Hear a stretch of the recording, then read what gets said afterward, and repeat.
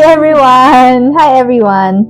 Welcome back to our show, The Whole Story, where we can dig up brighter and lighter perspectives in life. We are your hosts. I'm Lian. And Amari.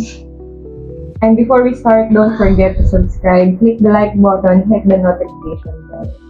You can follow also our socials to stay updated through our Facebook page, Instagram account, TikTok account, and YouTube channel. Just type The Whole Story.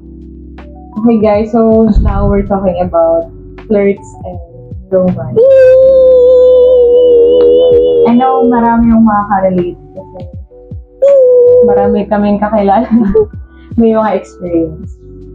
So, gusto kong itanong din if yung kailan ba tayo unang naka-experience ng flirt?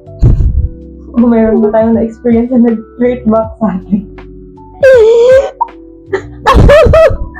Alam mo, ang naalala ko yung way back na feeling ko unang-una ako nag-flirt. Kasi may crush na ako hindi. Elementary. Hindi. Okay lang. Yung mga daycare ba? Ang pangalan nun, Aaron eh.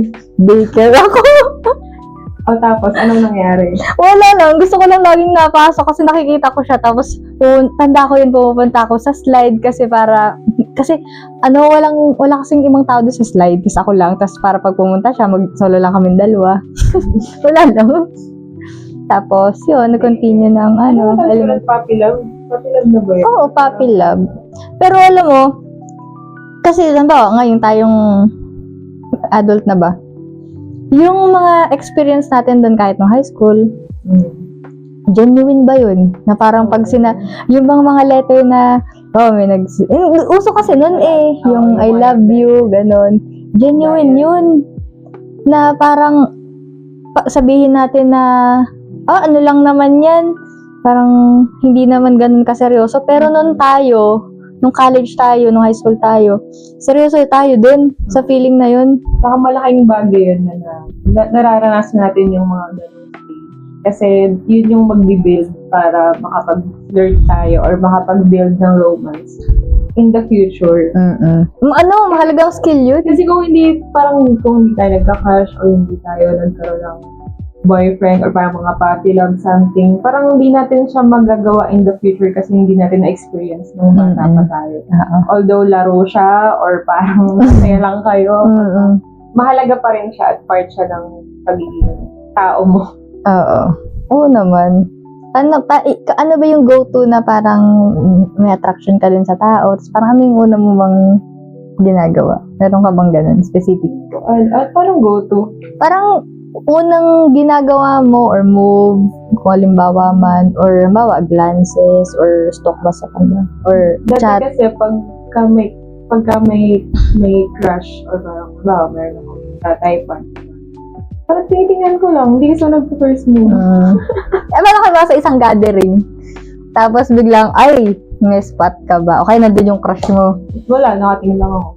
Tapos parang hintayin ko na may someone. Parang may someone na magpakilala or halimbawa. Okay, magtutulak sa'yo. Ganyan. Ganun. Pero hindi ako nag-first. Oo nga. Kahit yung mag-add friend. Oo. Hintayin ko na parang sila yung mauna. Hindi ko alam kung bakit. Kasi hindi ko lang bet mag-first mo. Gusto mo ikaw yung may pinag-i-initiatean. Oo. Pero minsan naman, halimbawa pag gusto ko talaga siya, or may gusto talaga akong type ng tao o ng guy, parang ginagawa ko, parang paparamdam talaga, pakita ko ng motibo, pero hindi ko sinasabi na tanong pakita ng motibo. Wala, yung parang parang tinitreat ko siya, na parang medyo kakaiba dun sa normal treatment sa ibang tao. Ubusan mo ng tubig. Halimbawa, parang mas malapit ako sa kanya o kaya parang like ko siyang kinakausap. Oo. Pero hindi yung sasabihin ko sa kanya na gusto ko ito. Yung direct, oo. Parang magpapakala lang ako ng motibo.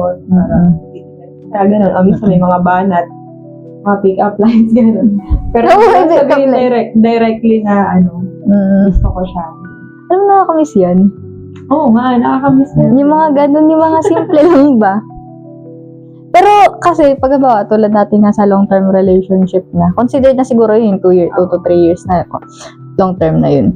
Yung mga flirts inside the romance, it keeps the spark dun sa ano. Kaya mahalaga ba yun? Mahalaga talaga yung skill na yun. Kasi parang kasi lagi sinasabi ng ibang tao, pag nawala yung spark, parang wala na rin talaga pag-as yung relation. Oo. Pero, little did they know, pwede na maibalik yung spark eh. Depende sa inyong dalawa. You both work it out.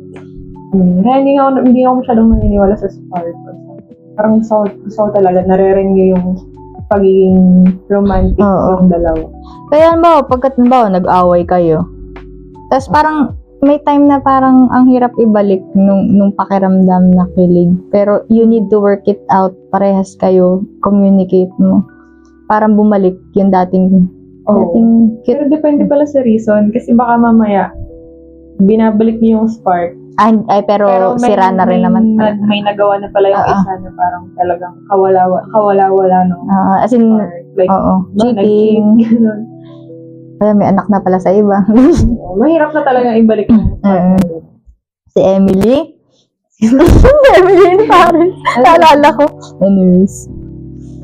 Pero paano ka nag-flirt nung high school, college? Okay, nung working ka na.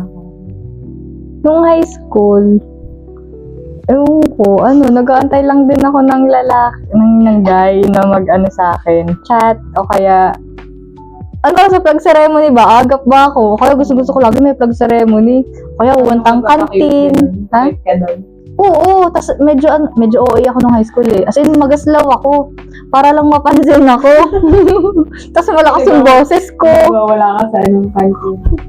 Mas malakas yung boses ko. Tapos yung tipong, excuse po, CR lang po. Pero dadaan ka dun sa dun sa room nila kahit malayo.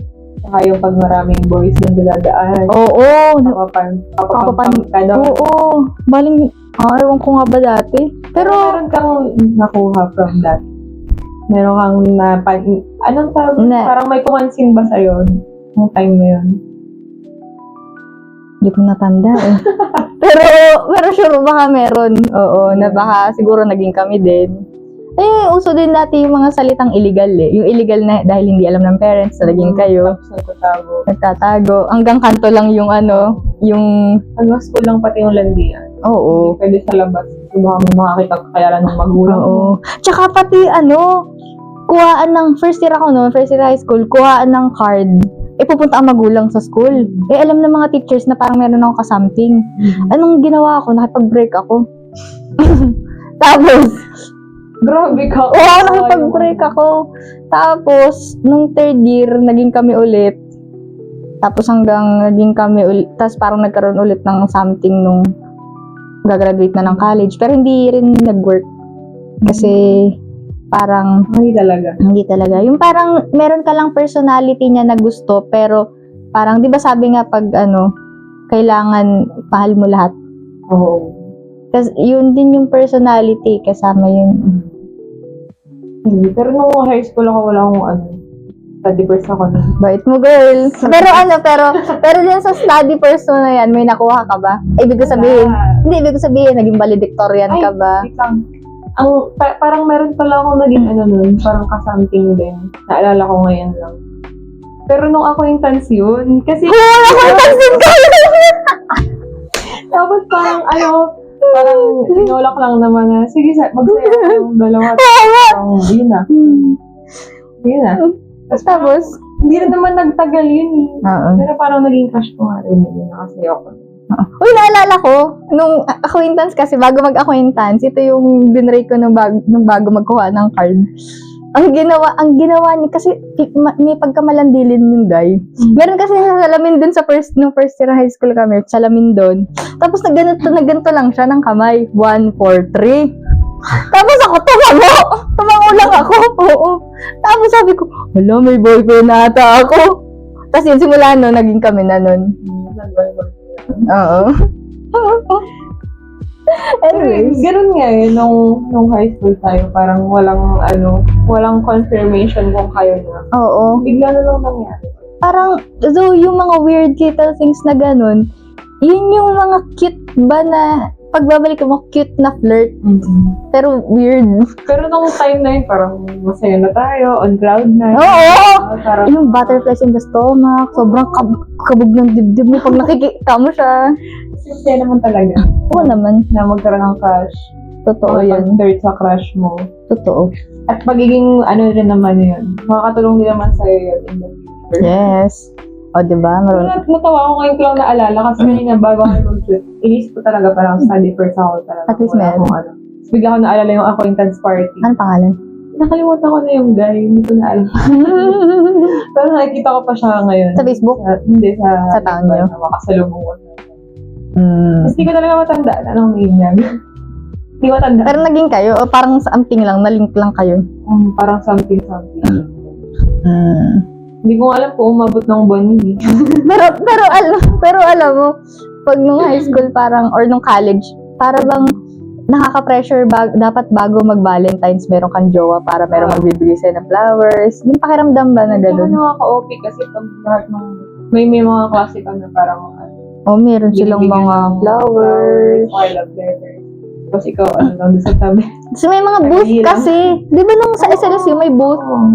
Tapos parang uuwi na lang ba ako ng ganito? Sasakyan, magabang na lang ba ako ng jeep nang wala man lang akong iuuwing masayang... Kahit chocolate man lang. Oo nga. Pero may experience ako nung sa SLSU. Alam mo yun sa UDF. Ultimate Round Five. Oo, yun sa, page yun eh. Na-post kasi ako doon. Tapos hindi ko Ganda mo, naman, girl. hindi ko naman na-meet yung Okay. Ano yun? Parang may gusto sa'yo? Ang sabi niya doon, natatandaan ko, parang nakikita niya lang ako na nagko-cover ng mga events kasi nga member ako ng student publication. Tapos parang yun, parang lagi lang niya ako nakikita. Tapos yun. Taga-ano din siya? Eduk din siya. CIT yung college niya. Nakalagay kasi doon, pero yung name mo, hindi ko natandaan kung anong code name yung ginamit niya. Layo ha, CIT from Eduk ha. Magkatabi lang. CTE sa taas, CIT sa baba.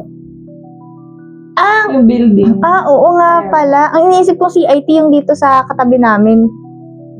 Yung HP. Hindi na yun. Ayun. Yung time namin ay CIT na sa baba na lang. Okay. Ayun. Tapos parang hindi ko naman siya na Kaya dati nung... Pero curious ka kung sino Oo yun? naman. After ko ma-post doon, parang... Lagi mo na inaabangan yung UGF. Oo. Tapos parang kailangan kong mag-ayos kasi parang may mga taong Pumapansin pala makakilala ko. Wala pa na, hindi pa naman ako mahilig mag-ayos ng college. Kasi pumapasok ako mukha kong bagong gising.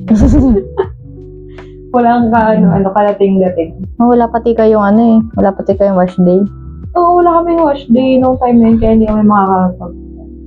Duruhin mo yung after nyo mag-PE, mag-uniform ulit kayo. Wala na kaming freedom to wear whatever we want. Oo. Kasi walang wash day. Pero yun lang. Masaya ang college life ko kasi doon ko na-experience yung church. Oo, totoo yan. Kasi wala nang limitation eh. Kasi both tayo galing sa Catholic school na parang, syempre, iba-iba pag Catholic school yung culture eh. Study first na ako nun. At least naging valedictorian ka naman. Okay na yun. Tapos, pero ang pinatang ako, dati hindi ko malaman kung ano yung pinagkaiba ng flirt at romance. Flirt at Flirting romance. sa romance. Pero kadalasan, ang ginagamit dati, flirt eh. Tapos, hindi ko alam kung direct translation siya nung landi. Oo. Na parang, pag nilagyan mo na ng yung malandi, parang sobrang landi mo na. Oo. Malandi ka. May word pang talanda. Oo, diba? Tapos parang, Pero sa tingin ko, yung romance ay isang, deeper connection. parang general term siya. Kasi siguro under nun yung Flirt. Okay. Kasi parang doon naman talaga nag-start ang lahat. Sa flirt muna eh. Oo. Pero may iba kasi na tumitigil lang sa flirting eh. Kaya parang hindi natutuloy. Parang sobrang babaw lang nung shared experience nyo together. Pero alam mo ba kung paano mo malalaman na may gusto sa'yo isang lalaki? Paano? Erection. Oo, totoo. Sige, Totoo yun. explain mo Hindi, further kasi pa. diba? Diba? Pero yung iba kasi, dalawa kasi yun eh, diba? Gusto ka, tsaka yung may erection. Yung iba kasi, puro erection lang. Yung iba, Pero kasi, ang sinasabi, pag halimbawa attracted ka, pero hindi ka naman, wala kang, libidinal towards that person. Parang, hindi siya as romantic. Alam mo ba? O yung iba, sinasabi, parang halimbawa, yung iba, hindi naman pala talaga gusto. Parang feeling ko, parang nagagamit lang sila. Okay. Kaya siguro dati kasi may mga friends ako nung college, parang hindi daw nila alam kung may gusto sa kanila talaga yung guy or ang habol sa kanila is parang Lang. O tsaka pati yung bata pa talaga tayo. Wala pa tayo sa taon noon, pa tayo nung college. 17. 17. 16, 17 yung first year. Tapos nawala lang tayo sa minority nung third year na ba? Bata pa talaga. Pero naman, parang kahit na may mga gano'n, parang masaya din naman ito. Oo. Yung discovery from flirting to dating, tapos magkaroon ng romances inside that dating, maging kayo, tapos yung mga physical, yung discovery nun parang mind-blowing nung una para sa atin. Parang ganun pa rin feeling nun.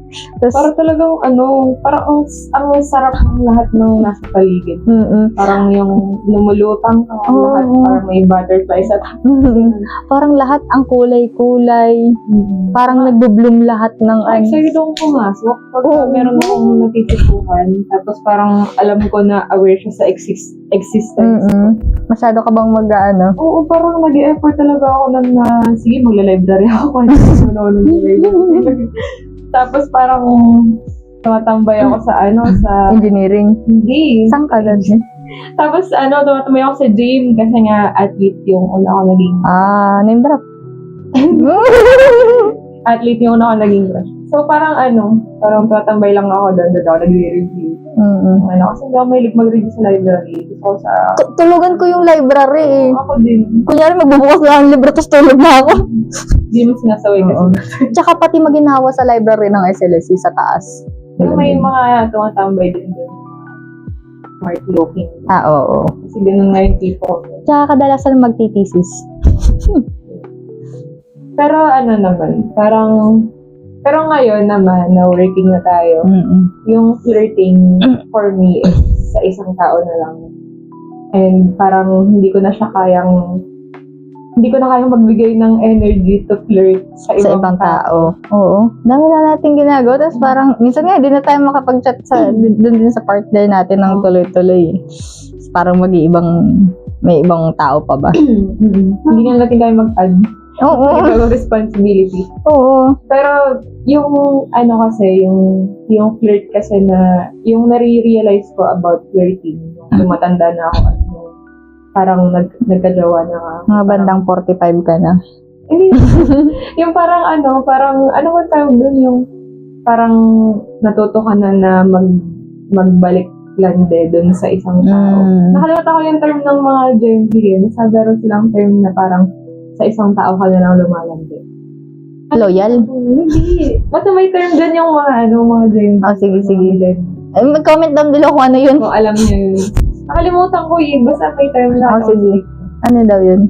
Nakalimutan ko. Ay, ano nga yung na-realize mo? Na parang dati, hindi naman sa parang dati, I can manage to chat or have a conversation to different guys. Na parang, okay, sige, ang dami kong ka-chat. Parang masaya ako, nasasatisfy ako that time. Piling ko ang ganda-ganda ko, piling ko habulin ako. Totoo naman yun. Totoo naman. Kahit ako din eh. Tapos parang, ngayon, parang... Nakabusin ng self-confidence. Oo. Self-esteem. Oo. Kaya ngayon, parang sa age ko ngayon, parang hindi ko na siya kayang gawin. At hindi ko na talaga dapat gawin kasi feeling tapos na ako. Tama naman yun. Oo. Pero ang sarap, dati kasi ang sarap na parang feeling mo, binibilang mo sa daliri mo, ilan yung may crush sa'yo, ilan yung ka-text mo, ilan yung nag-good morning sa'yo. Oy, oo. Laking achievement nun pag nag-good morning yun sa'yo. Kasi ibig sabihin, nagustuhan ka niya. Okay yung pinakita mong personality, okay yung mga reply mo sa kanya, yung conversation nyo, para kang interesting na tao. Kasi kung hindi, nung night pa lang na magka-chat kayo, hindi na yun magre-reply sa'yo. Oo. Parang good night, okay na yun. May meron ako yung mga ganyan, parang good night. So, wala na. Parang, syempre, ako yung parang interesting siya sa akin. Pero pala, na-realize ko din na parang, pag merong tao, merong guy na may gusto sa'yo, yung ibang guys, parang nagiging, napupukaw din yung attention nila sa'yo. Kasi parang, para sa kanila, bakit kaya gusto to ni ganito? Tapos parang magiging, Oo. ano yun? Oo. Naalala ko pala yung sa Bridgerton, yung season 1, yung, di ba nagkaroon muna sila ng parang agreement ni Daphne tsaka ni Simon. Tapos parang, simula nun, parang lahat ng mga tao nakatingin na sila sa kanila. Tapos parang, mas dumami yung naging, may gusto kay Daphne. At saka pati parang may mga tao rin kasi sa paligid nila na ina-expect na sila talaga. Yung as in totoo, parang hindi nila alam na agreement lang pala. Oo. Kaya parang malaking bagay din na merong yung ibang tao. Alam na merong may gusto sa'yo yung ibang tao. It makes you attractive. Tsaka nakaka-curious na, kagaya na sinabi. Nakaka-curious sila. Pero ngayon, parang hindi na para mag-entertain. Tsaka tapos na. So, kamusta naman yung romance natin or flirting long-term relationship? Kasi ngayon, parehas na bang busy? May sarili-sariling buhay as individual. Pero kayo as a couple, parehas pa rin kayong as individual na bubuhay eh. Kaya kami, we remind each other na parang, uy, pwede bang gantuhin mo naman ako, landiin mo na. Pwede bang sabihin mo naman ako ng ganito, ganyan. We remind, kasi, or else, yung routine, parang routine na lang, good morning, kamusta, kumain ka na ba? Tapos parang, okay, good night, tapos na. Nakaano rin kasi yun na parang kapag di na lang yung lagi yung ginagawa. Oo, tapos parang feeling mo, wala, bakit ganito na yung relationship namin? Parang wala na kaming connection, parang hindi na kami tulad ng dati. Tapos maghahanap ka ng iba na parang feeling mo bago. Tapos parang maghahanap ka ng yung hinahanap mong, yung hinahanap mong kilig. Kaya you always go back pa rin dun sa partner mo and communicate what's wrong and what you think kaya is lacking. Feeling ko may kasi, may mga, kaya siguro may mga naghihiwalay na couple dyan. Parang feeling nila, they are obliged na lang to reply. Oo. Parang wala nang sweetness, wala nang part, wala. Nag-reply na lang dahil parang record kasi jowa ko.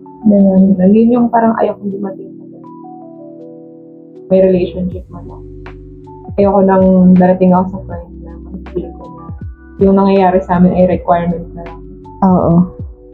Pero at the same time, yung mga bagay na yun, yung requirement na lang, kasi ibig sabihin nun, you still want to continue dahil mahal mo pa siya, or maaari kasing you still want to continue kasi parang sayang naman, or matagal na kayo. Pero yun nga, yung intention pa din, na dahil mahal niyo pa rin ang isa't isa. Siguro talagang maganda merong deep connection. Oo naman. Communication para mapagpatuloy yung pagbibigay ng flirt.